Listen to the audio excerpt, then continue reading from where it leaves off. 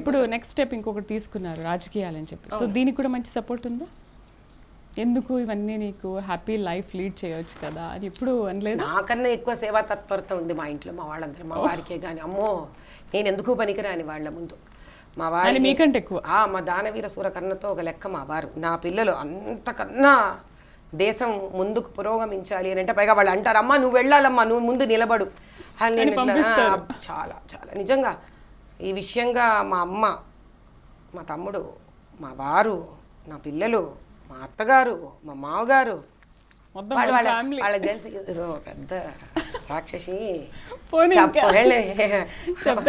వాళ్ళకి టైం ఊడింది, ఎవరికో టైం ఊడింది, అందుకే ఇది సంకల్పం తీసుకొని బయలుదేరింది అని వాళ్ళకి చాలా గట్టి నమ్మకం. మా అత్తగారు కొంచెం ఏమ్మా పర్లేదా అంటే ఏం పర్లేదండి అంతే అంటవా. కానీ మరి ఎలక్షన్ మూమెంట్లో మీరు చేయబోయే కార్యక్రమాలు కానీ ప్రజల్లోకి ఏ విధంగా వెళ్ళాలనుకుంటున్నారు? రోజు వెళుతూనే ఉన్నా కదా, ఇప్పటికీ 500-600 కిలోమీటర్ల పదయాత్ర చేశాను. నెక్స్ట్ కూడా ఇంకా పెంచాలి కదా. అవును, ఏముంది, అన్ని వర్గాల వాళ్ళని కలవడము, ప్రతి ఒక్కరిని కలుస్తున్నాను, ప్రతి ఒక్కరి మధ్యలో వెళుతున్నాను, 100 మెడికల్ క్యాంపులు చేస్తున్నాను, ఎన్నో మెడిసిన్స్ ఫ్రీ డిస్ట్రిబ్యూషన్ చేశాను, రేషన్ కిట్లు ఇచ్చాను, ఆధ్యాత్మిక కార్యక్రమాలు చేస్తున్నాము. ఇది అది ఎంతోమంది గ్రీవియన్సెస్ వాళ్ళ బాధలు వింటున్నాను, రోడ్లు చూస్తున్నాను, చెత్త ఎక్కడ ఉందో చూస్తున్నాను, డ్రైనేజ్ ఎక్కడ ఉందో చూస్తున్నాను. 600 కిలోమీటర్ల పాదయాత్ర చేశాను తల్లి. నేను 7 అసెంబ్లీ నియోజకవర్గాలలో బహుశా నేను వెళ్ళని ప్రాంతం ఉండి ఉండకపోవచ్చు. అయిపోయింది. ఇప్పుడు 3వ 4వ 5వ విడత అవుతాను తిరుగుతూ ఉండడం. నేను పొద్దునే లేచి ఇప్పుడు మీ దగ్గర ఇంటర్వ్యూకి వచ్చేదానికన్నా ముందు పొద్దునే కార్వాన్ టచ్ చేసి వచ్చాను, నేను మలకపేట టచ్ చేసి వచ్చాను. ఇప్పుడు మీ దగ్గర నుంచి మాట్లాడిన తర్వాత వెళ్ళిన తర్వాత మళ్ళీ గోషామాలు వెళతాను. అట్లా రోజు ఏదో కార్యక్రమం కంప్లీట్గా మార్నింగ్ 9కి స్టార్ట్ అయితే రాత్రి 11 అయిపోతుంది నేను ఇంటికి వెళ్ళేసరికి. అది నార్మల్ షెడ్యూల్ 7 days. నేను ఎక్కడికి వెళ్ళను. సో వెళ్ళిన ప్రతి చోట మీకు పాజిటివే ఉంటుంది, కానీ ఎక్కడా కూడా ఒక నెగిటివ్ థాట్తో ఎవరు మీ దగ్గరకు వచ్చి మీరు ఎందుకు ఇలా చేస్తున్నారో, మీతో ఏమవుతుందని ఎవరైనా మాట్లాడారా ఇప్పటి వరకు? ఫస్ట్ ఏమో ఒకటి ఉంది తల్లి, నా దగ్గర వచ్చే వాళ్ళందరూ చాలా ఆత్మీయతతోనే వస్తున్నారు. ఒకవేళ మీరు అన్న ప్రశ్న ఉండకపోదు, కానీ ఎందుకో మరి నా ముందుకు వచ్చరికి పెగలలేకపోతున్నారు వాళ్ళు మిమ్మల్ని చూడంగానే. ఏమో మరి అది ప్రేమో భయం భయం నాకు తెలియదు, కానీ నా ముందు వచ్చేసరికి మాత్రం కాస్త ఇలా ఇంటర్వ్యూలు చేసేవాళ్ళు అడగడం తప్పిస్తే వాళ్ళెవరూ నన్ను అడగట్లేదమ్మా. ఏం మరి అది అమ్మవారి దయ, మీ అదృష్టం, నిజంగానే అదృష్టం. రైట్, ఇప్పటి వరకు పాజిటివ్ మాట్లాడుకున్నాము, నెగిటివ్ కూడా ఒకసారి మాట్లాడుకుందాం. బ్రహ్మాండంగా. గెలవలేరు, మరి మీరు చేయాలనుకుంటున్న కార్యక్రమాలు కంటిన్యూ చేస్తారా? లేదు నేను గెలవలేదు కదా, ప్రజలకు నేను ఎందుకు చేయాలని అనుకుంటారా? మీరు కొన్ని చెప్పారు, రోజు తెలుస్తుంది, మీరు చెప్పారు కొన్ని విద్యా హక్కు పథకాలు కూడా అందాలి, పరిశుభ్రత అని అంటున్నారు కదా. ఒకవేళ వస్తే చేస్తారు, దట్ ఈస్ ఫైన్, చాలా హ్యాపీగా ఫీల్ అవుతారు, మీరు హ్యాపీగా ఉంటారు, ఇంకా మంచి పని చేస్తూ ఉంటారు, ఇంకా పైకి వెళ్తూ ఉంటారు. రాలేదు, రాకపోతే ఏం చేస్తారు? చేస్తారా ఇవన్నీ కంటిన్యూ? రాలేదు ఎప్పుడు తెలియాలి మనకి? ఏ రోజు తెలుస్తుంది నాకు రాలేదు అని? ఆఫ్టర్ ఎలక్షన్స్ ఆ రోజు ఇంటర్వ్యూ కండక్ట్ చేయండి, ఆ రోజు చెప్తాను సార్. అంతే, wait till then. I don't have to. ఎందుకు ఇప్పుడు చేస్తారు కదా, ఇప్పుడు చెయ్యరని ఎందుకంటారు? నేను గెలుపు గురించి కూడా మాట్లాడట్లేదు కదా. నేను గెలుపు గురించి కూడా, నేను రెండూ దైవాధీనమైనప్పుడు ఆ రోజే దేవుడు నిర్ణయించిన రోజు చెప్తాను. ఆ రోజు ఏం మాట్లాడాలనిపిస్తే అలా మాట్లాడతారు. నేనేం చెప్పాను, మా ఫలితం దైవాధీనం అన్నాను. ఆ ఫలితం వచ్చిన రోజు దేవుడు ఏ ఫలితాన్ని ఇస్తాడో విందాము. ఆ రోజు మళ్ళీ ఇంటర్వ్యూ కండక్ట్ చేయండి, ఇదే ప్రశ్న మళ్ళీ వేయండి నన్ను. ఆ రోజు చూడండి, వినండి నా జవాబు. Why think negative from today itself while I'm not even thinking positive? ఒక పాజిటివ్ నెగటివ్ రెండు ఉండాలి. నాకు అవసరం లేదు, నా పనికి అక్కర్లేదు. ఇప్పుడు నేను చదువుతున్నానమ్మా, పరీక్షకు ఫెయిల్ అయితే ఏం చేయాలి అని నిజంగా అనుకో, నేను చదివాను అనుకో, నేను చదవగలనా? అస్సలు అనుకో, పాస్ అవుతాము అనుకునే వెళ్తాం మనం. అలా వెళితేనే కదా పాస్ అవుతాం. సో ఈరోజు ఆ ప్రశ్న నాకు ఎందుకు తయారవ్వాలంటున్నాను. Why should that plan B be there ever for me? I have no plan B, I only plan A. ఇంత తిరుగుతారు, మరి ఫ్యామిలీకి టైం స్పెండ్ చేస్తారా? 21 సంవత్సరం పిల్లల్ని ఇంట్లో పెంచి పెద్దవాళ్ళని చేశాను తల్లి. ఫ్యామిలీలో ఏమన్నా ఇంట్లోనే 4 గోడల మధ్యలో ఉన్నాను. అద్భుతంగా తయారయ్యారు పిల్లలు. ఇప్పుడు ఇంకా స్పెండ్ చేస్తున్నారు? ఇప్పటికీ పొద్దున ఒక గంట సేపు కూర్చుంటానమ్మా వాళ్ళతో, కాఫీ తాగి వాళ్ళు ఎవరు లేస్తే వాళ్ళు నేను చెప్పేస్తాను, తల్లి నేను ఈ టైంకి ఇంట్లో ఉంటున్నాను, కాఫీ తాగుతాను, నేనే కాఫీ కలుపుతాను, ఎవరెవరి పిల్లలకి నాతో కూర్చొని కాఫీ తాగాలుందో వాళ్ళకి డిక్లేర్ చేస్తారు, వాళ్ళు వస్తారు, వాళ్ళకి కాఫీ కలుపుతా తాగుతారు, మళ్ళీ సారీ తల్లి చెప్పేస్తాను, వెళ్ళిపోతాను. మధ్యాహ్నం భోజనానికి ఒక్కొక్కసారి వెళతాను, ఒక్కొక్కసారి వెళ్ళను. వెళ్ళే మాట అయితే కబురు పెడతాను, ఆ టైంలో వాళ్ళు వచ్చి ఉంటే కూర్చుంటా, కబుర్లు చెప్తా, వాళ్ళతో పాటు భోజనం చేస్తా, వచ్చేస్తా. రాత్రి మళ్ళీ ఇల్లు చేరిపోతాను, తల్లి నేను వచ్చాను అని చెప్తాను, మళ్ళీ ఆ టైంలో వస్తారు, ఒక గంట సేపు నాతో కూర్చుంటారు, కబుర్లు చెప్తాను, డిస్పర్స్ అవుతాను. ఈ రోజు నేను ఇవ్వగలిగింది ఆ 3 గంటలు మాత్రమే వాళ్ళకి. అయ్యో 3 hours only in a day. Earlier I have given them 24 hours 21 years. ఇప్పుడు వాళ్ళు they are happy that I'm going into people.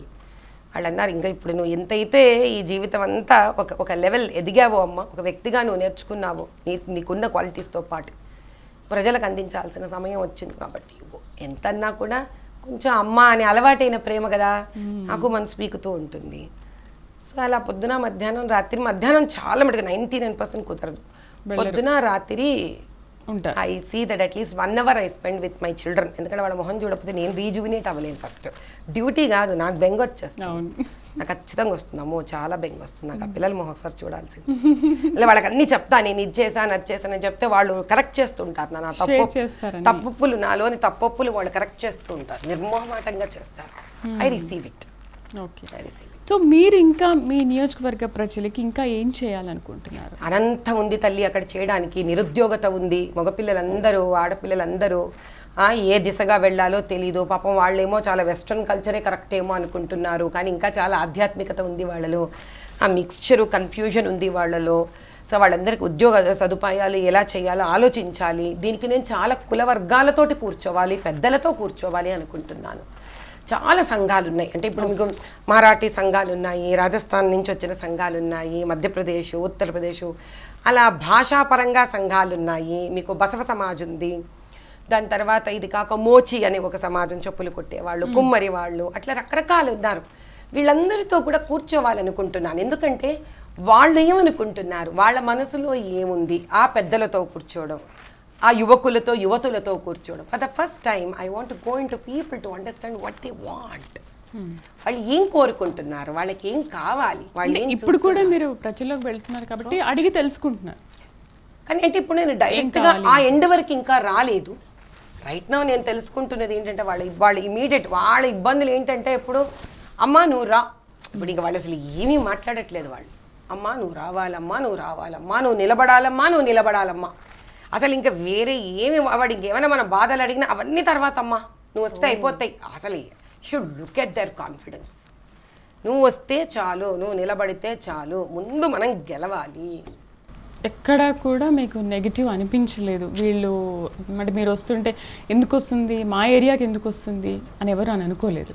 అనుకున్నారేమో అమ్మా, నా వరకు చేరనివ్వలేదు. నేనుగా నా వ్యక్తి నా చుట్టూ ఉన్న వాళ్ళ వరకు కూడా చేరుండొచ్చు, నాకు ప్రత్యేకించి నా వరకు అది నా వచ్చే మరి శక్తి దానికి లేదో, నా వరకు వచ్చే దానికన్నా ఎత్తు ధైర్యం నాకు తెలియదో, కానీ అది నన్ను ఇంకా తగలట్లేదు మరి. రైట్, చివరిగా మీరు ఇచ్చే మెసేజ్ ఏంటి? నేను ఒకటే కోరుకుంటాను, అందరినీ కూడా, ప్రతి ఓటరు ఈసారి తెలుసుకోవాల్సింది ఒకటే ఉంది, ఓటు మీ హక్కు. ఆ హక్కుని ఎప్పుడైతే మీరు వినియోగించుకోరో, మన జీవితాలను సర్వనాశనం చేసే వాళ్ళని మనమే ఆహ్వానించిన వాళ్ళం అవుతాం. ఎందుకు అంటే ఇది మన ఒక్కరి విషయమే కాదు. ఇలా 5 ఏళ్ళు అంటూ కొన్ని ఏళ్ళు గడిచిపోయి మన ముందు తరము, మన పిల్లలు రోజు రోజుకి పతనాన్ని ఎలా చూస్తున్నామో, ఎలా జరుగుతోందో మనకన్నా ప్రత్యక్ష సాక్షులు వేరొకరు లేరు. కాబట్టి దయచేసి దీన్ని చూస్తున్న శ్రోతలందరికీ నా విన్నపం, నాకు రేపొద్దునే టికెట్ వచ్చో, నేను నిలబడుతో, నాకు ఓటు వెయ్యాలనో నేను ఎవ్వరిని అడగను. కానీ ధర్మం గెలవాలి అనంటే, విజయం సాధించాలి అనంటే, రామరాజ్యం నిలబడాలంటే, రామరాజ్యం అని ఎందుకు అంటున్నాము అనంటే, రాముడు పక్షులను పాలించాడు, జంతువులను పాలించాడు, వృక్షాలను పాలించాడు, ఋషులను పాలించాడు, సామాన్యులందరినీ పాలించాడు. అంటే ఆయన అందరినీ ఒక మంచి మనసుతో పాలించగల మహానుభావుడు రాముడు. అటువంటి రామరాజ్య స్థాపితం కావాలంటే ప్రతి భారతీయుడు జాగృతం కావాలి. ఒక జర్నలిస్ట్ చేతిలో కలం ఎంత గొప్పదో, ఒక సైనికుడి చేతిలో ఖడ్గం ఎంత గొప్పదో, ఒక నాగరికుడు, భారతీయ నాగరికుడి చేతిలోని ఓటు హక్కు అంతకన్నా బలమైనది. దయచేసి ఓటు హక్కుని ఈసారి సద్వినియోగం చేసి ధర్మాన్ని పరిపాలించే ఒక అవకాశం మీరు అందరూ కలగజేయాలని కోరుకుంటున్నాను. Right, thank you very much అమ్మా. తప్పకుండా మళ్ళీ మనం ఆ రోజు ఖచ్చితంగా ఓపెన్ టాక్లో మళ్ళీ మాట్లాడదాం. తప్పకుండా ఆ రోజు. జై శ్రీరామ్. సో ఇది వాళ్ళ ఓపెన్ టాక్. మరొక గెస్ట్తో మళ్ళీ కలుద్దాం. నమస్తే.